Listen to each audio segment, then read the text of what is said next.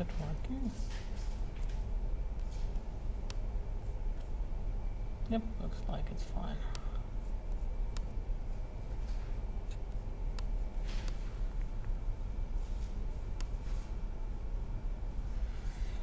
Okay, so before I get to these problems, I need to finish something from the last time. So somebody asked me a very good question.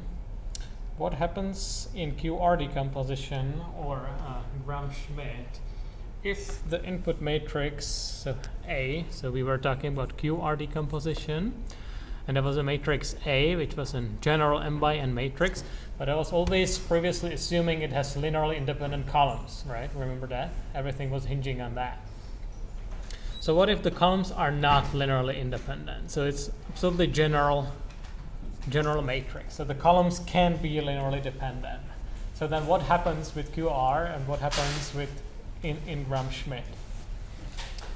And I did not know the answer off the top of my head, but and it's a little bit tricky, but not too much. So what happens if the columns of A are linearly dependent? In general, it means that some column AI, so if my column vectors are like this, A1 to AN, right? So if they are linearly dependent, that means that AI needs to be a linear combination of A1 to AI minus 1, right? Or I could, there are some coefficients, alpha 1, and so on to alpha I minus 1, which give me the AI, right? That's what it means. So what happens in a Gram-Schmidt process when I'll be looking at this vector AI?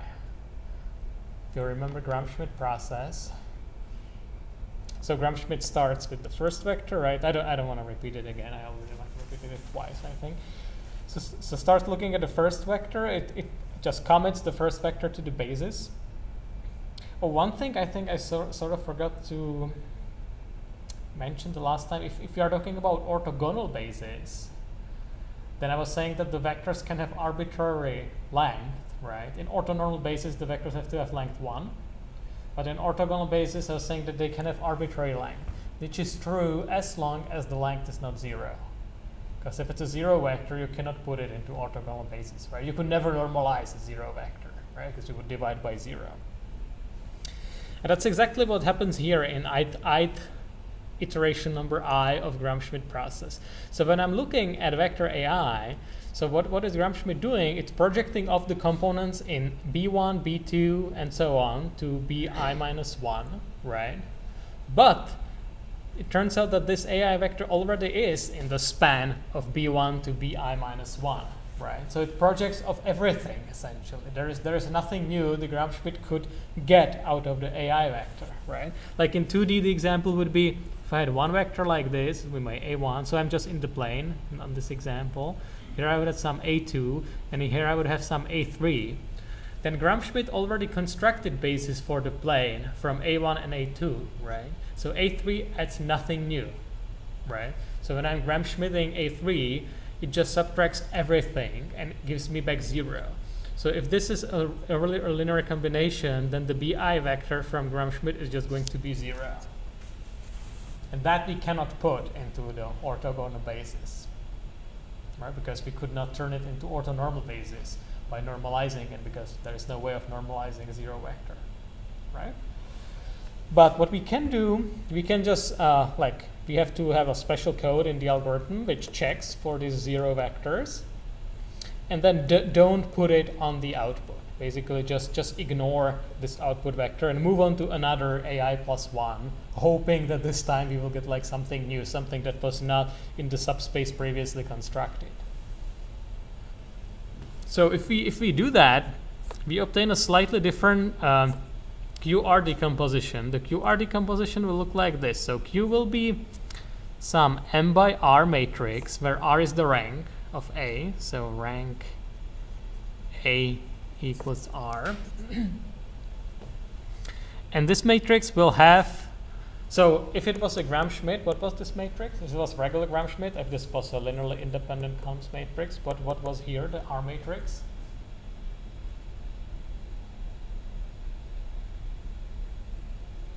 you must know that. if A had linearly independent columns, then this R is n, right? And this matrix is what? The QR decomposition. R is upper triangular, right?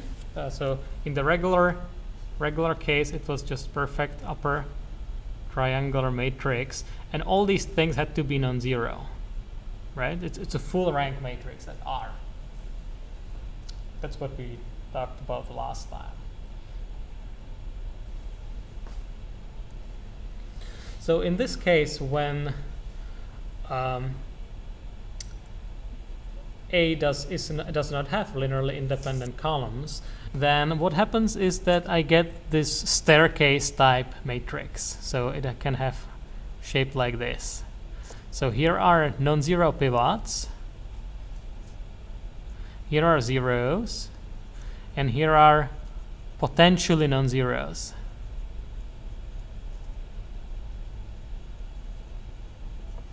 So these pivot elements, they have to be non-zeros. Here there is something, there can be zeros or non-zeros, and here there have to be zeros.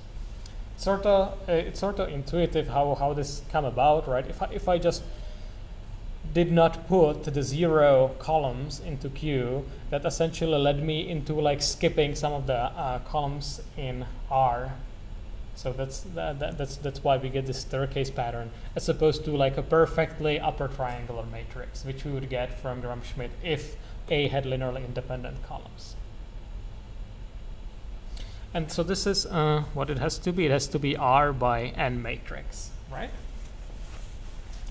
So this is the form of QR decomposition for a general matrix. And now a slightly tricky thing is how do we apply it in least squares, right? So one of our applications of QR was to apply it to nicely, elegantly solve the least squares problem, the normal equations for linear least squares, which is ATA equals ATB, right? So what I was doing it before just for the simple case where A has linearly independent columns. It also works for this case where A is general, but it's just a little bit trickier to justify it.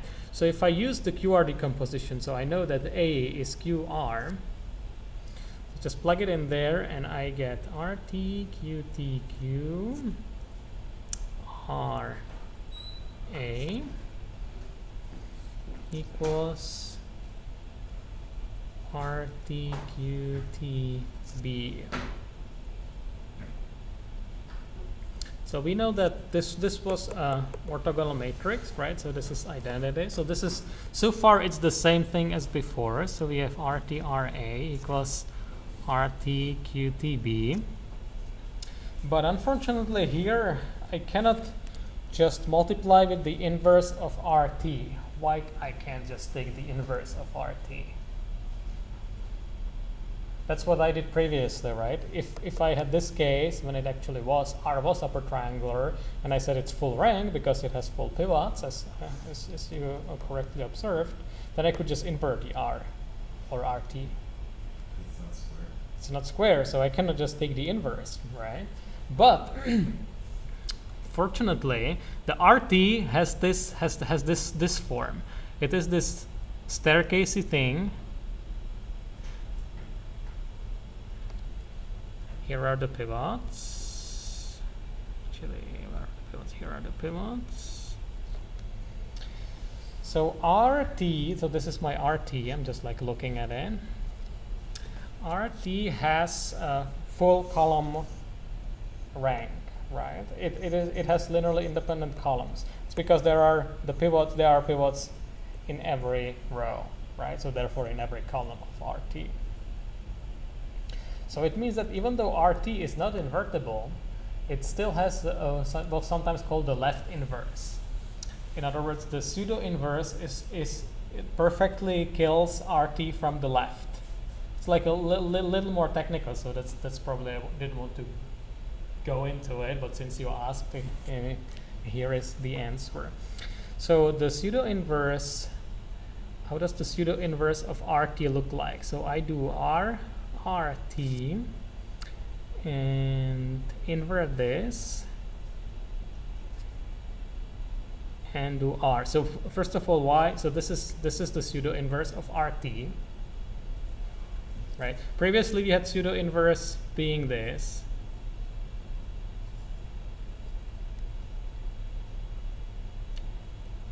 Bear with me. But because R is just a transposition, right? So if I just put there the transposition, then I get this form.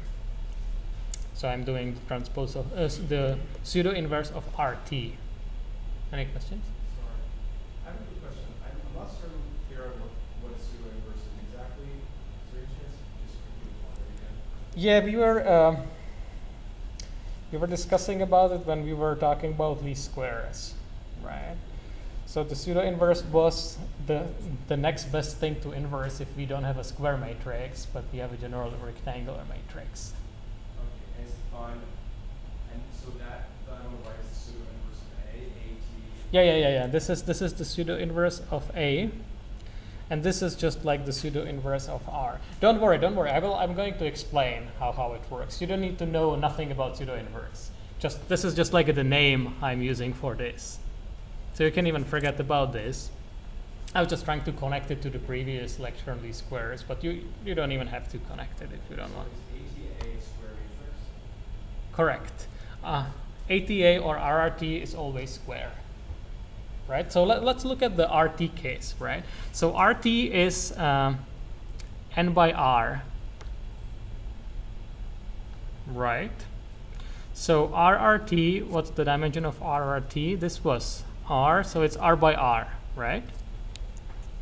Now the important thing is that RRT is full rank. And that's because RT had linearly independent columns because of these pivots, right? And also because of the fact that the null space of RT is equal to the null space of RRT. Again, that's what we had in the least squares lecture. Something like prove this could be like one of the midterm examples, that the null space of RT is equivalent to the null space of RRT. So this means that RRT is invertible. It has full rank, so it's square and has full rank, and therefore I can invert. Therefore this -1 really makes sense. So this matrix exists, in other words. And what I can then do, I can multiply both sides of the equation with this matrix, and what I get is this: RRT inverse RRT RA equals RRT inverse RRT QTB. So all I did, I just used this matrix to multiply this from the left. And what you can see that because this RRT is inverse of RRT, then this is just identity. So this disappears. The same thing, same way here. This also disappears. So what I'm left with is RA equals QTB. And this is something I can solve now, because this is my R. I forgot. Wait, I'm doing something wrong here. That was supposed to be X. And that was not supposed to be A.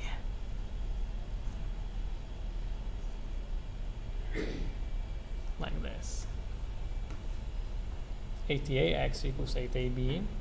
Then I just plug the QR for A. The X is still there, of course. So here what I get is, let me write it again, Rx equals QTB. And R is this type of matrix. It's actually already in the row echelon form. So this is something that we know how to solve. I hope you know how to solve it. Meaning for the pivot variables, you just solve the equation, and for the free variables, you can pick whatever you want, right? So this is the standard drill. We will do some examples of this in a little bit. Then you write it as the particular solution plus the set of special solutions. And because we know that the solution of a least squares problem, this always has infinitely many solutions. So this is what happens if A is a general matrix if it does not have linearly independent columns. Okay. Yeah, it's like a little technical. There is a reason why the lecturer did not want to go into that, but it's a very good question to ask, and this is the answer. Even better answer will come from SVD when we get there, but you can do a lot also using QR. Okay, any questions on that? So let's go to the midterm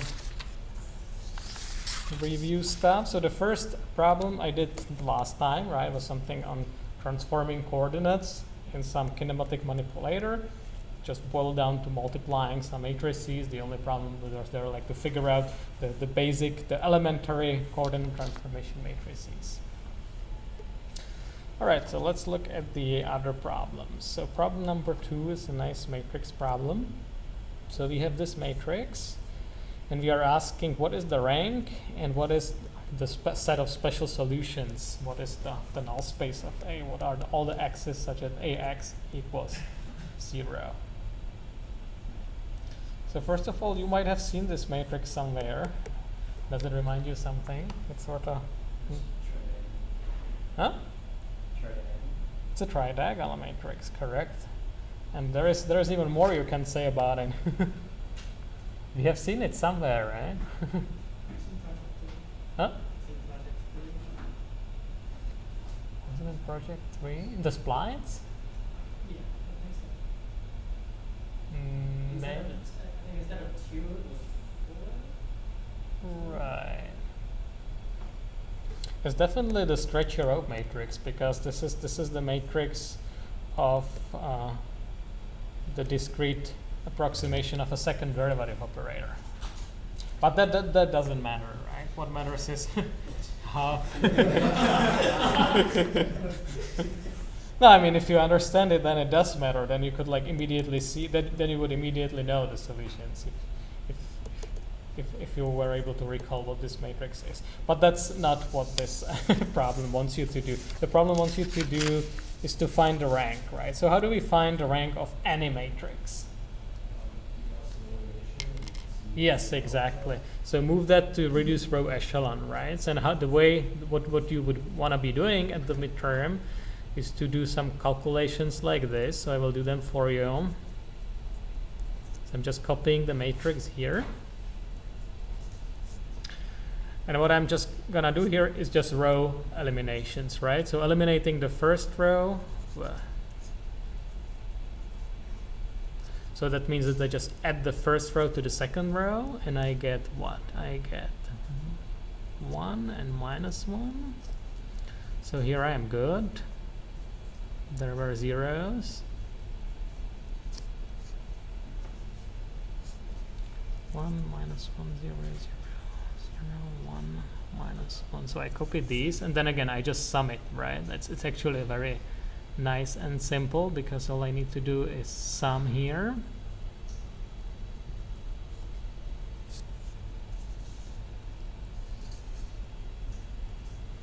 And the final one.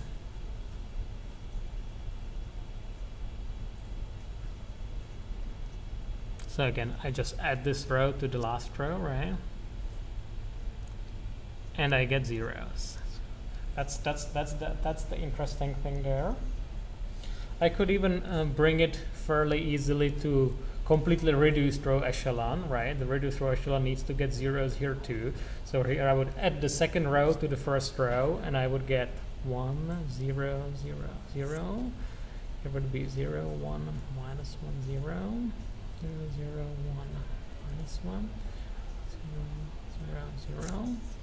And I can as well get rid of this -1 the same way. So I add this. Oh, wait a second. Yeah, that was supposed to be -1, right? Because that was supposed to be -1. Yeah. So like, notice this. Like, you will probably be doing mistakes like that at the midterm too. So it's important that you are able to recover from them. So let's see if I can recover from them. So what I was doing here was take this row and subtract. So this was really 1, 0, minus 1, 1. So let me write it again more nicely. 0, 1, minus 1, 0, 0, 0, 1, minus. I really suggest you to try doing it rather than just watching me doing it, because it's quite a different experience. So now I want to eliminate these minus 1s. So I just take this row and I add here this time correctly.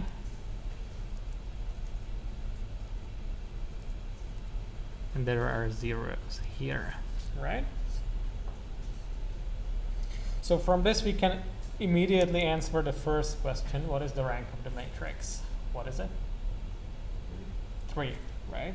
Because we have, we have 3 linearly independent rows. So we have three pivot variables. x1, x2, x3 would be the pivot variables, and x4 would be the free variable, right? So now I need to, Sorry, what was the step in between when you changed the first row from 1, negative 1, 0, 0 to the next one? It's, sorry, in the first row, the very last matrix. This one? In the first row of matrices. Yeah. On the page, the very last matrix. This one? You got from that one to the next one. From here to here? Yeah. So here I was doing the reduced row echelon thing. So I was trying to eliminate this minus 1. So I took this row and I added it to the first row, except that I first edited it incorrectly. So I made a little bit of a mess. So here is the correct result after that operation. So just take this and add it to the first one. That's to kill this minus 1, right? So now made it 0 instead. Okay. This gives me reduced row echelon. This already was like row echelon, but for computing the special solution, the reduced row echelon will be like a little nicer, right? I think. So rank is 3. And how do I get the special solution?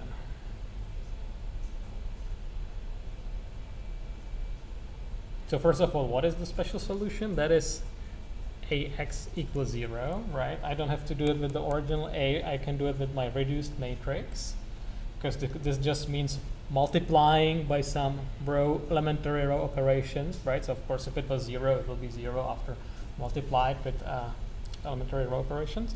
So how do I get the special solution? This is something like you should probably remember, because trying to figure it out during the exam might be good use of your time. So I have the pivot variables. There are some x1, x2, and x3, and there is a free variable x4, right? So for the free variables, I can pick whatever I want. So I can pick, for example, x4 equal 1, right? And then I just go through these equations. So the second equation is x3 minus x4 equals 0. If I pick x4 to be 1, then it gives me that x3 has to be that also 1, right?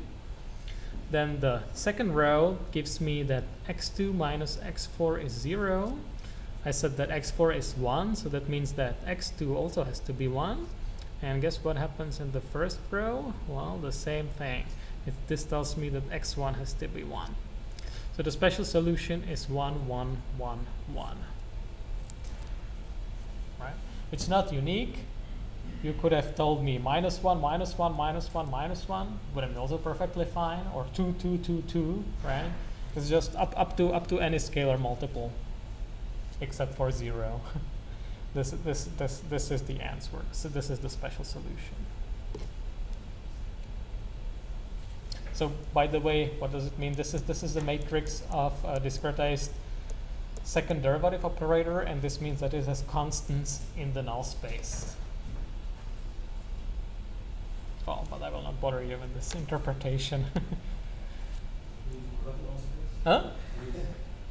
What does it mean about the null space? There is no null space? No, what is the null space?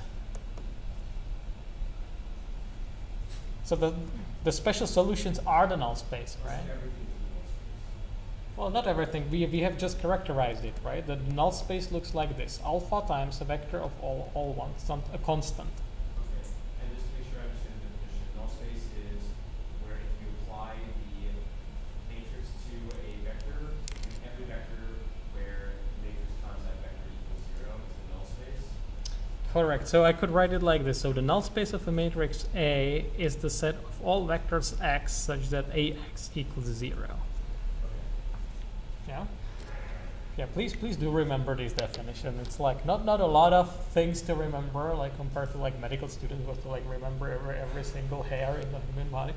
But but yeah, it's good to remember now. What's the significance to a matrix if it has a specific null space versus another matrix?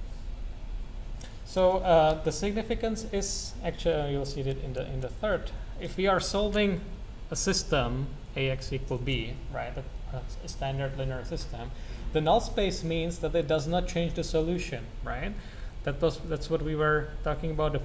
If I already have a particular solution that gives me b, then I can get any x from the null space, and it also will be a solution. Any x from the null space and will also be I mean, solution where b is equal to 0. right, because if I do axp plus x, that's just axp plus ax. But if x was in the null space, then this is 0, right? So this is just axp, and if this already was a solution, this is the way. So this is how I can characterize all solutions of a linear system. Okay. Right? That's what we were discussing when we were talking the general solution of a linear system. If there is not a unique solution, then there is a whole subspace of solutions. It's an affine subspace. It's not a linear subspace. And that's why we find one particular solution, which will be one point in the affine subspace. And the rest, then the linear part of the affine subspace is the null space of the matrix. So that's the significance of the null space. Okay. But So solution set is broken down into the null space plus some defined. so there's a particular solution and special solution. Okay, I understand. Right? The particular one is we just find one that solves it. And then there's a subspace of special solutions, which is the null space. The subspace of special solution is the same thing as the null space. I think is shorthand for that. Yep. Okay.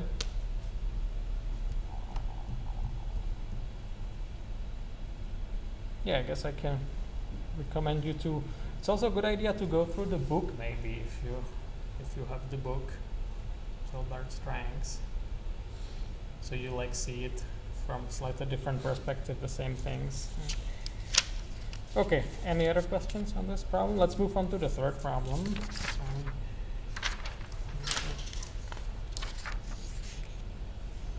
So here we also have a system. And we have a system ax equals b, where a is given, but b is not given. So b is arbitrary. And we are asking, when does the system ax equals b for any b has a solution? How does the null space of a look like? So again, look at the null space. And for one particular b, I want to describe the set of all solutions. So this might at first slightly how would I put it? At first might slightly confuse you, because this is not just to test your non-abstract algebra skills, right? The point is that you really have to think a little bit about it. That's the whole idea for linear algebra, because the mechanical computations MATLAB will eventually do for you, right? So here what I have is that b is arbitrary. So how do I find out if the system has a solution? Well, I do the standard reduced row echelon trick, where I know the a. This is my a.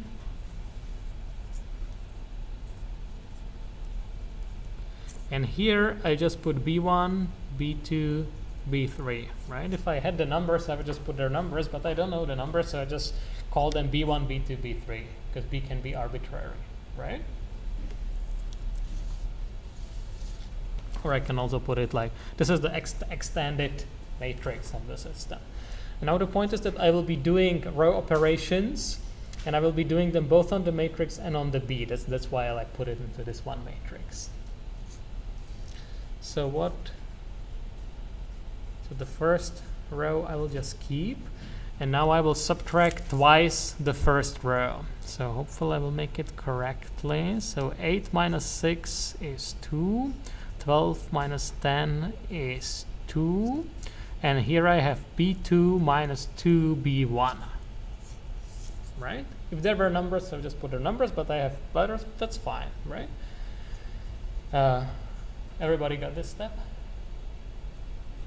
So the next step is to do the same thing for the third row. So I will subtract 3 times the first row from the third row. So I'll get 0, 0, minus 9, and 7 is minus 2. And this is minus 15 plus 13 is minus 2. And here I got b3 minus 2b1. Oh, 3b1. Thank you. This is almost as good as doing it yourself because you get to catch my mistakes. 1, 2, 3, 5. So this one I already like.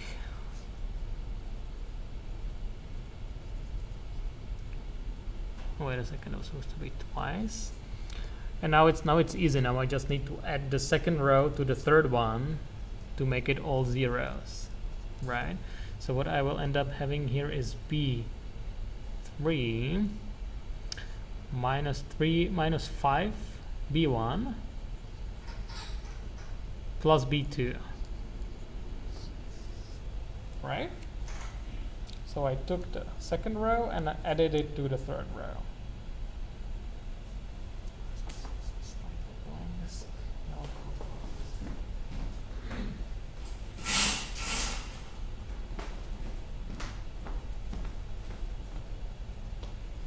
So from this, you should be able to tell me when the solution exists.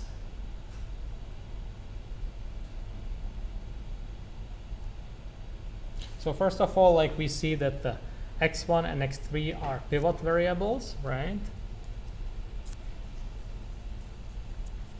x2 and x4 are free variables. So when will I have a solution?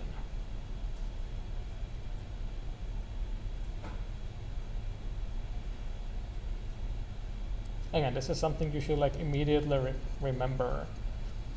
Otherwise, you might not have enough time. So if this was like 2, for example, if I put the b's such that the last thing here was 2, could I get a solution? I don't think so, right? I will only have a solution if this thing is 0, right? So the solution exists if and only if b3 plus b2 minus 5b1 is 0, right? That's the condition for the system to have a solution. Because once this is 0, then the last, so if it's not 0, then I can never satisfy this last equation, obviously. And if it is 0, then this is automatically satisfied. And I can pick whatever values for the free variables, and I get, and I can compute the pivot variables. So how does the null space of A look like? So that means I need to find the special solutions of AX equals 0, right? We know that the free variables I can pick arbitrarily. So first I can pick x2 1, x4 0. So if I do that, then what the equations are. So the second equation becomes 2x3 being 0. That means that x3 has to be 0. And the first equation becomes x1 plus 2x1, but this was 2, so this was 1, so this is plus 2. x3 we already know is 0, and x4 is 0. So that means that x1 has to be minus 2. So my first special solution is minus 2, 0. Sorry, 1, 0, 0. Minus 2, 1, 0, 0. I should check it on the original system. And it seems it does work, right? If I do minus 2 the first column plus 1 times the second column, I get 0. So this is the first special solution. The second one, I just put x2 being 0 and x4 1. So what do I get in this case? So I have x3 plus 2 equals 0. So that means that x3 will be minus 2. Wait a second, 2x3 plus 2. So x3 will be minus 1. That's right. And the first equation was x1 plus 2x2, so that's 0, plus 3x3, so that means minus 9, plus 5 is 0. x1 minus 4, is that correct?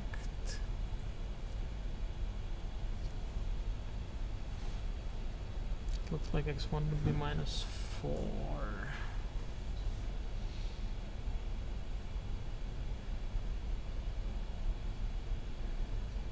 Is this right? Let's double check that. So this is so I said that x2 is 0, x4 is 1. This is 2x3 plus x4. It means that x3 is minus 1. That's fine. And the first equation, let me try it again, is x1. Let me actually write it properly. Maybe I was just trying to do a lot of things at the same time. Is 0. So I know that x2 is 0.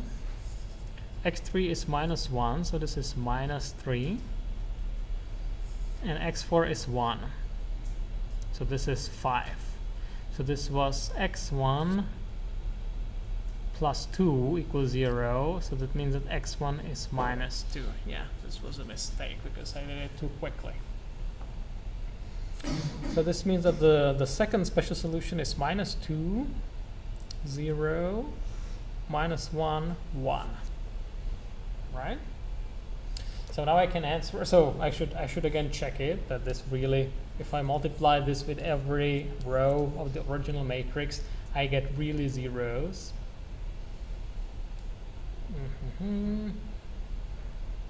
So let's try the first one. Minus 2, yeah, that's correct. Minus 4, minus 8, this is also 12, that's fine.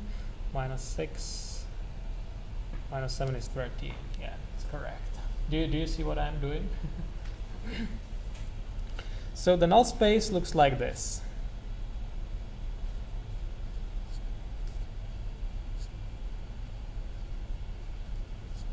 For arbitrary alpha, beta, real. That's the null space of A. Yep. This is actually also illustrating what you were asking about. So now we need to find the set of all solutions for one particular B, where the B being 0, 6, and minus 6. So first of all, that B should better satisfy this, right? Otherwise we would have no solution. But this is true, right? Because B1 is 0 and B2 and B3 just subtract each other, so that's fine. So all we need to do is find the particular solution at this point.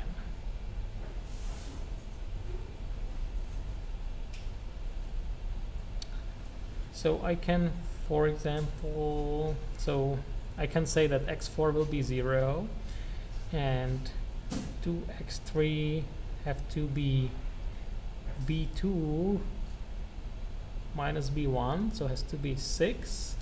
So that means that x3 is 3. And then the first equation says that, actually I can make all the free variables to be zeros, right? So I can also set x2 to be 0.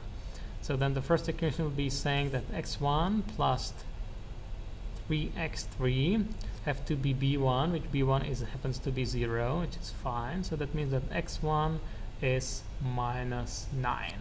So the particular solution is minus 9, 0, 3, 0. And then all solutions of the system look like this: xp plus x, where x is from the null space of A, right? That's what I characterized here. So if I wanted, I could also write it explicitly, copy these things. So take this and add any linear combination of these two things, and that's a solution for this particular B. Yeah? When you're finding the null space, it seems like you just took an arbitrary x2 and x4, but I know there are the three variables. But when you declare the null spaces alpha times that and that, couldn't there be many more? Yeah, that's a good question. Why just those two? Why just those two? Well, because for the free variables, I'm essential. So this is you can notice that for this is an orthogonal basis for the subspace spanned by the free variables, right? So there cannot really be any more, because this, if I hit this with alpha and hit this with beta, then this already has all possible choices of free variables. There are no other choices of free variables which would not already be covered by this. Right? In other words, for whatever free variables you pick there, you will get some alpha and some beta, and then the pivot variables are uniquely determined then, right? So you are not missing anything by doing this. That's why I'm picking this 1, 0, and 0, 1. Right? If I picked 1, 0 and then 2, 0, it would be stupid, because then I would just get the same thing scaled twice, right? So I really would not get the entire space. But the point is to pick linearly independent vectors for the free variables. In this case, I just picked the standard basis vectors. Okay? I'm afraid I will not have the time to go over all the practice problems. There's a few more practice problems for you.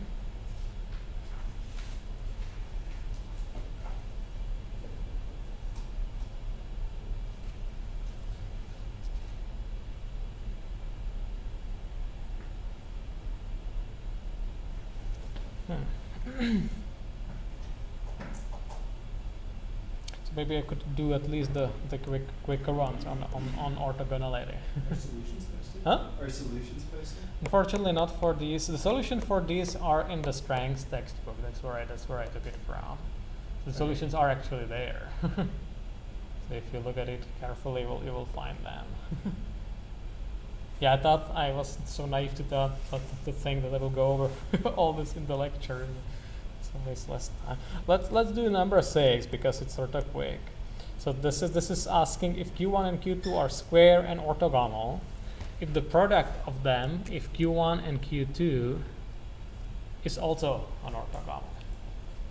So obviously, if they are square, then a product of square matrices is square too, right? That's fine. So all I need to know is that Q1, Q2 transpose Q1, Q2, if this is identity, right? That's the condition. But this is good because this is equivalent to this. And if I know that Q1 is orthogonal, then this is identity, right? So this is just Q2, T, Q2. And because Q2 is also orthogonal, that's also identity, right? So this is true, which proves that the product of orthogonal matrices is also an orthogonal matrix. So this was a quick problem. So problem number 7, which is a slightly trickier. If Q is a 4×3 matrix with orthonormal columns. Oh, this one I actually came up with myself, but this is not in Strang's book. So it's Q looks like this. It has 1, 2, 3, 4, 1, 2, 3, 4, 1, 2, 3, 4. 4 rows, 3 columns, and the columns are orthonormal. So what is QTQ and QQT? QTQ and QQT. So what is QTQ? It's the identity. QQT is not the identity. Do you know what is QQT? I could also write it like this.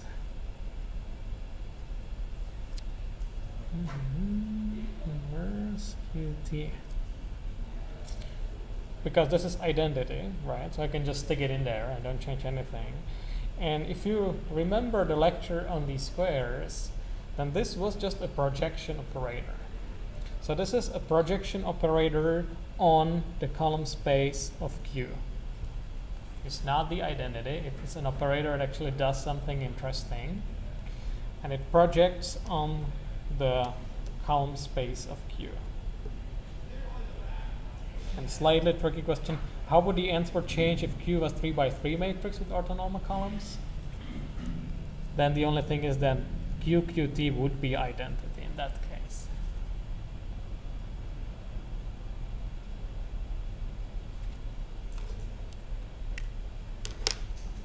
Okay, so I will let you do these for homework, I guess.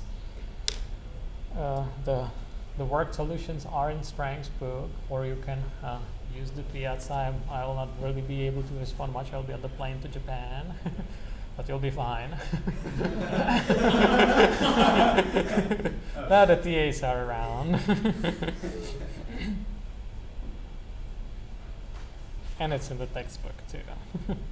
And then in the actual midterm, there will be slightly different problems. And what you will be doing is what I was doing today, like figuring out things on paper. You don't need calculator, you don't need anything. You just need to remember the definitions. What is orthogonal, what is null space, what is previous row echelon, these basic things, so please take a look at it.